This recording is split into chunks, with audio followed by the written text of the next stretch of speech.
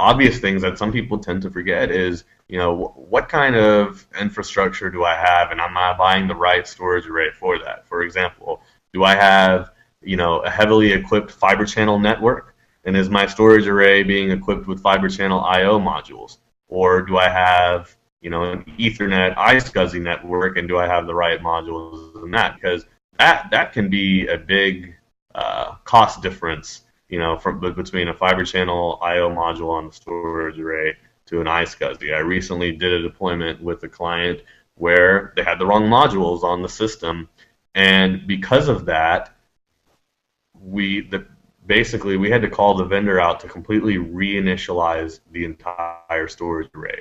If it is imaged with the Fibre Channel I/O drive modules installed, you cannot simply just remove the Fibre Channel modules and install the iSCSI ones. You have to re-image the entire device, and that can take up to 24 hours. Dot your I's and cross your T's and make sure that you are buying exactly what is needed to be installed in your environment.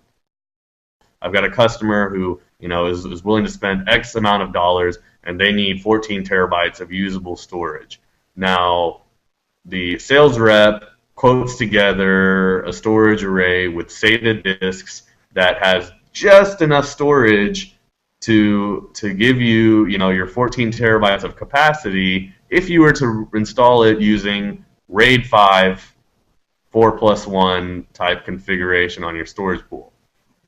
Now, what they didn't tell you is that when you've got large disks that are greater than 1 terabyte in your environment, the best practice recommendation is to use RAID 6 in a 6+2 fashion, where you've got, your 6 data disks plus your 2 parities. Now, if I were to use that, what is the best practice with the number of disks that were shipped with the array? I would not get my 14 terabytes worth of storage.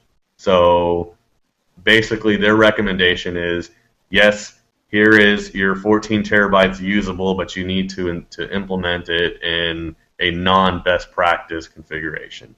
That's one. I mean, and another instance I've seen where, as part of like a value proposition, the salesperson will ship you an array that's got all these bells and whistles and different things that you don't really need. For example, they'll sell you, a completely unified storage array that has the ability to do, NAS and replication, all these different things, when all you wanted was, an area to host your data stores for VMware. So it can go either way. I have seen where everybody wants to get their hooks into it, and I have seen where, array is shipped with everything under the sun when really that's not what you wanted. I'm real happy I got this new storage array, and it's like, oh wait, how am I going to back all this data up? Then you look into, what is your backup plan? Are you going to back up to tape? Are you going to use replication and DR that data over to another storage array? You have to think about how much each one of these different options is going to cost you, and if you've already got a backup platform, does it have enough capacity to handle the amount of storage you just purchased?